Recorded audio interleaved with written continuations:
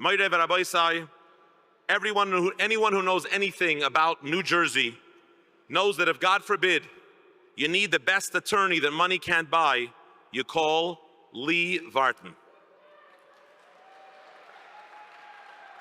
A former federal prosecutor, counselor to the governor, and first assistant attorney general, Lee has handled some of the most sensitive and high-profile cases in the region. His clients include members of Congress, top state officials, business leaders, and in 2024, he secured the full acquittal of a prominent Lakewood rabbi who had founded a special needs school and who was targeted by a vindictive district attorney. But beyond his brilliance in the courtroom, Lee's greatest attribute is that he really cares. He has a heart of gold, and the rabbis of Tzedek, especially Anshel Schwartz, who leads Tzedek's legal defense division, have called him more times than you can count. So many times that he probably talks to him more than he talks to his own wife. So please, Moireh v'Rabosai, ladies and gentlemen, please join me in giving a warm welcome to a steadfast friend of Tzedek, the great Lee Vartan.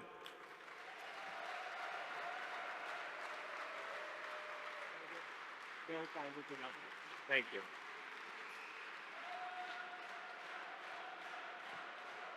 Thank you. Thank you. So firstly, thank you to Rabbi Margaretin. Thank you to Rabbi Weiss. Thank you to Tzedek for inviting me to speak here tonight. I have the distinct privilege and honor of introducing the Deputy Attorney General. When Tzedek was planning tonight's program, there was only one person that we all knew had to be here, and that is the Deputy Attorney General Todd Blanche.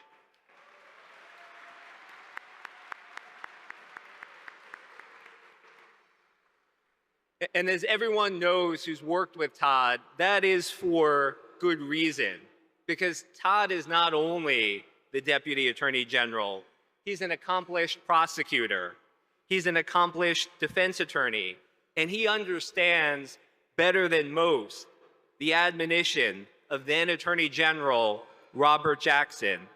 And I'm quoting, "The position of prosecutor is of such independence and importance that while prosecutors must be diligent and they must be strict and vigorous in law enforcement, prosecutors must also afford to be just.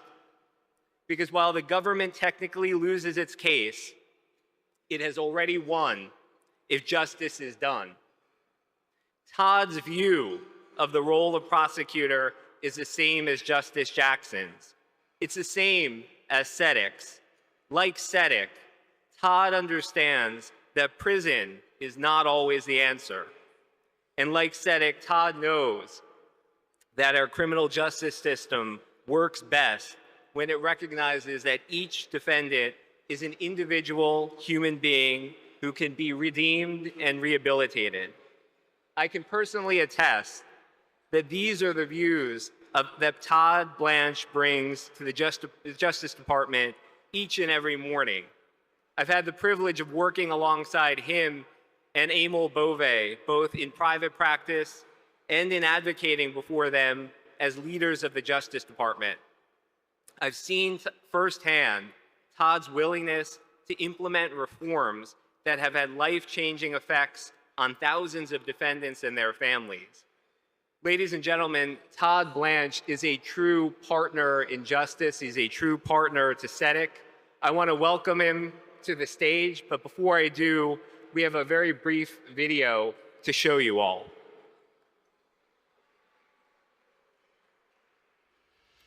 Tonight, we welcome a leader reshaping justice in America.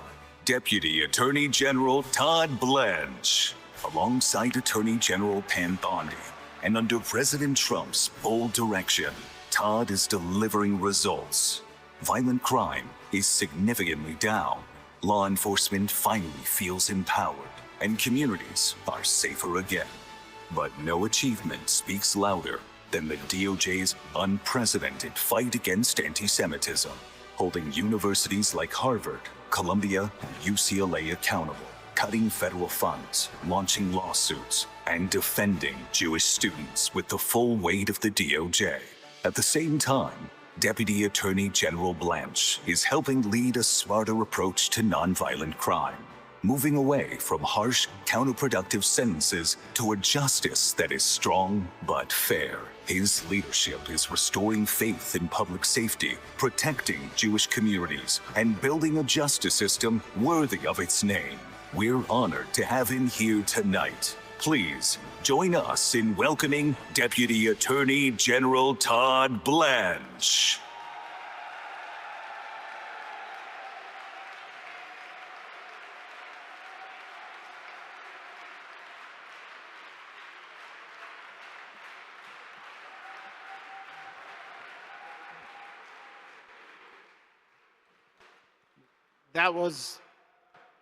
Thank you. That was by far the best introduction I've ever gotten in my life. I'm going to ask for a copy of that, and every time I go anywhere, I'm going to play that. I love it. Thank you very much. So this is an incredible honor for me to be with you all tonight at the Library of Congress. I don't know if everybody knows this, but earlier this year, President Trump made me the acting Librarian of Congress.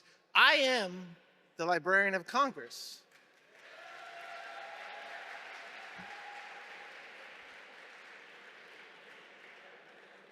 Now, as some of those defense attorneys over there know, we're in active litigation. So they won't actually let me in the building yet, but I'm here tonight with all of you, and I'm thrilled to be here.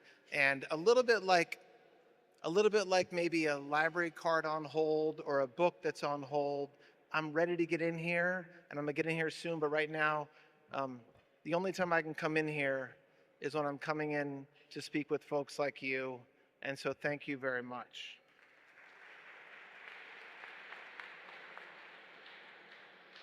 It's a great night. And I will tell you, I'm going to talk a little bit about the First Step Act because President Trump has always stood for justice. But justice doesn't mean sending somebody to prison until the day they die. Justice doesn't mean putting somebody away from their community, away from their families, away from the job that they've done for years and years on end. Justice means justice. And President Trump, more than any modern leader in history, believes that. And Attorney General Bondi and I believe it as well. Emil Bovey believes it as well. And so I'm going to talk a little bit for a few minutes, if you'll indulge me, about all the things that we're doing at the Department of Justice to give justice to the people of this country. It was said a few minutes ago, and it's true. We are fighting anti-Semitism every single day. President Trump, Attorney General Bondi, this entire administration will not stand for anybody in this country, whether it's universities, whether it's individuals, or whether it's city governments, county governments, doing anything that's anti-Semitic. And I will tell you, the last 4 years have been devastating. But January 20th, we changed things, and we're changing things every day. And so I tell everybody in this building, like we say every day, that we stand with you, we stand with the Jewish people, and we will not let anybody in this country have any anti-Semitic policies. Full stop.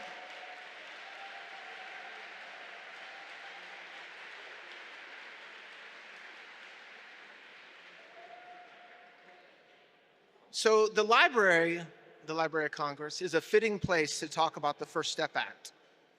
It's a law that, like the books that are here, although not anywhere that we can see today,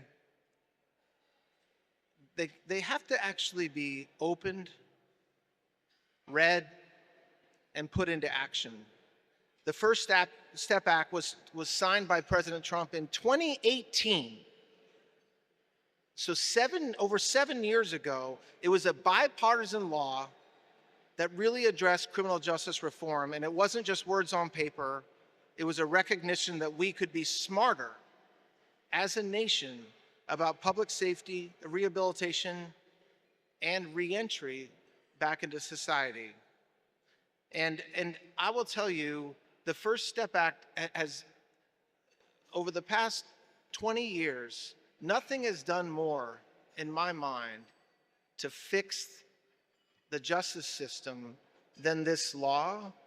And it expanded credits for inmates who complete programming, productive activities, getting them ready to go back into society, reformed sentencing laws, addressed mandatory minimum sentencings in a way that made it more fair for people in our lives and people that we love and people that matter to us. It strengthened compassionate release programs. And as I'm going to talk about for just a few minutes, if you'll indulge me, it put a greater emphasis on the evidence-based programs and the reentry programs. So justice doesn't just mean punishment. Justice means more than just putting somebody away. It means getting that person ready to contribute to our society and to get back to our families, the families that he or she loves, and the communities that he or she loves, to be a contributor to our society. And I think for a while, this country forgot that. But when President Trump signed the First Step Act in 2018, he put a focus on that. So I want to tell you, I'm new to this job. I've been on this job since March. And so I don't want to say I know everything I'm doing, but we're doing a lot to make sure the First Step Act works. And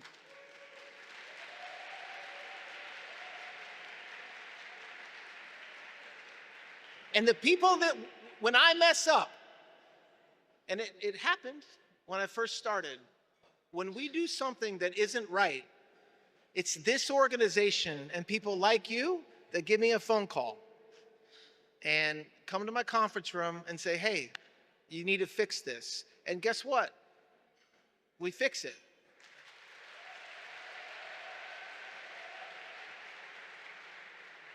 I'm going to give you some things that we're doing, and I hope that you'll listen. I know you're eating. You can eat while you listen. You won't offend me. But I'm going to give you some things that we're doing to actually put the First Steps goals into action. Okay, in June, we directed all wardens at every federal prison to maximize the use of home confinement for eligible inmates, which frees up space in residential reentry centers, which are called RRCs. In July, we assembled a First Step Act, like a triage team, like an emergency room, because that's what it is. It's an emergency. We did that in Texas, and what that did, their mission is to identify inmates that are already in reentry centers who were eligible for home confinement but hadn't been placed there yet. Okay, so think about that. These are inmates who have served their time, who can be home with their loved ones, but because of bureaucracy, they're not able to do that. And so we put a team in place, because it is an emergency, and said, we got to fix that. We got to make sure that folks are getting home to their families as soon as possible.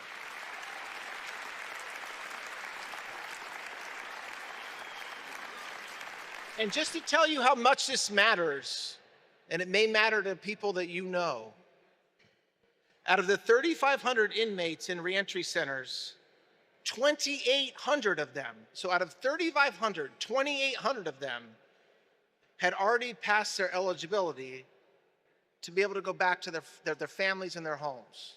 So that's an immediate impact that we have had and that we're doing every day because of, by the way, not just because of President Trump, not just Attorney General Bondi, but because of the people in this room. And so thank you very much for helping us.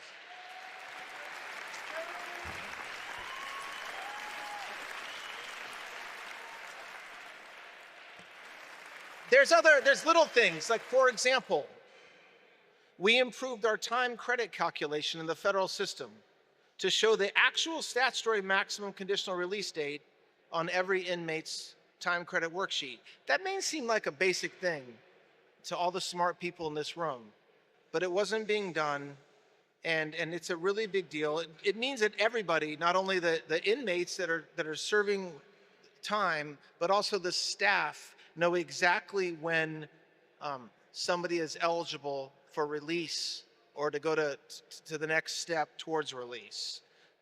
Just a few days ago, on August 1st, we rolled out a new staff training to make sure that everybody within the system knew what we had done. And that was another, listen, training matters. Empowering our people that work for the Department of Justice and the Bureau of Prisons to know what they need to do is important, and we did it. We're not taking August off. Starting next week, we're going to identify inmates that are still inside federal institutions who can benefit from additional time credits so they have the right to get out when they should be. And by the way, we can clap. That's a good thing.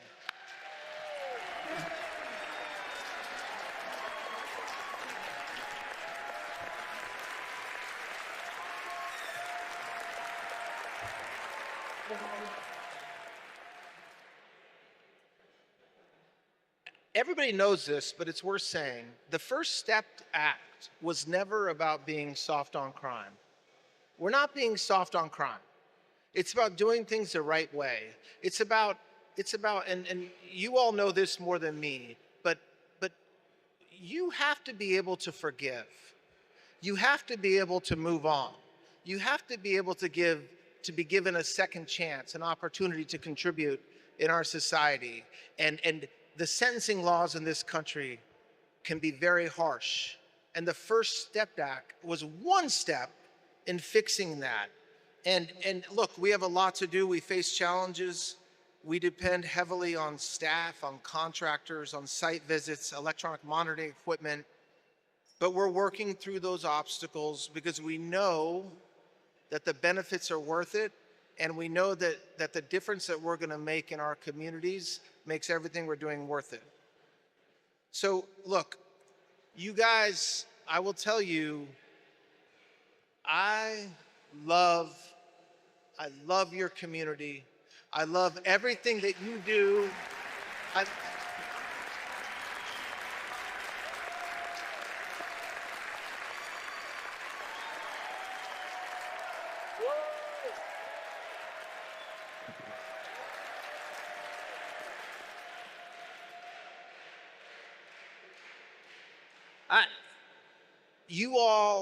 Your mission, we heard a great story about what you guys did to actually get people out of harm's way.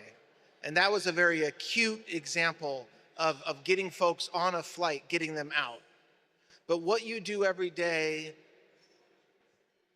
maybe it's not as exacting as a flight home, but it's exactly what you do in defending religious liberty and ensuring that every faith, every community can live without fear. And man, that is a noble mission, and that is something that certainly Attorney General Bondi, myself, Emil Bovee, President Trump, that we value very, very much. And so I don't want to be the only one. Thank you. And so thank you for what you do, and thank you for inviting me to speak to you all tonight. This has been an honor and a privilege. We have a lot of stuff going on at the Department of Justice. And when my team said that you all had given me the honor and the privilege to spend a few minutes with you tonight, I didn't even let him finish the sentence. I said, oh yeah, I'll be there. So thank you very much.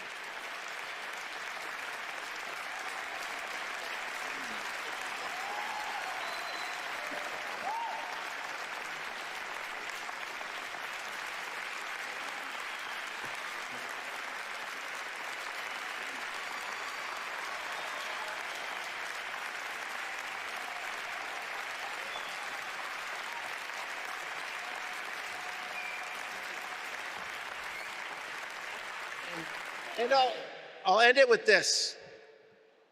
I think it's time for the second step act. We can do more. Thank you very much. I appreciate it. Thank you very much. Thank you. Thank you. Thank you.